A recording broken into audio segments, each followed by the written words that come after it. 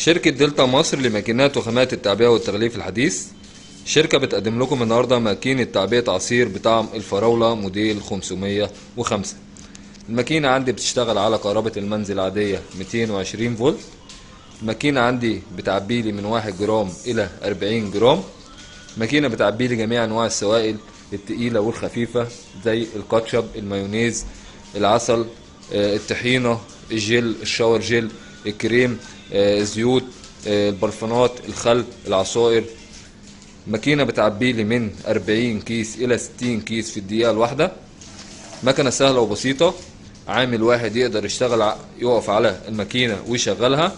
وهنشوف دلوقتي تجربة أمام حضراتكم ونشوف المكنة بتشتغل ازاي.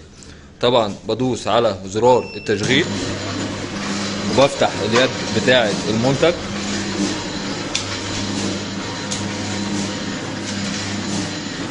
ادي مكنة سريعة متاخدش اي وقت في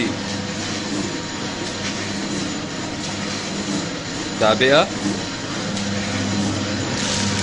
اهو ده شكل الكيس بتاعي، ده كيس ثلاثي لحام ثلاثي، اقدر ان انا اتحكم في كيس وطوله الكيس ولحامه.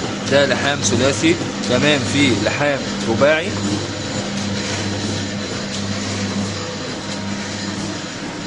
ماكينة تعبئة عصير بطعم الفراولة موديل 505 مقدمة لكم من شركة دلتا مصر لماكينات وخامات التعبئة والتغليف الحديث.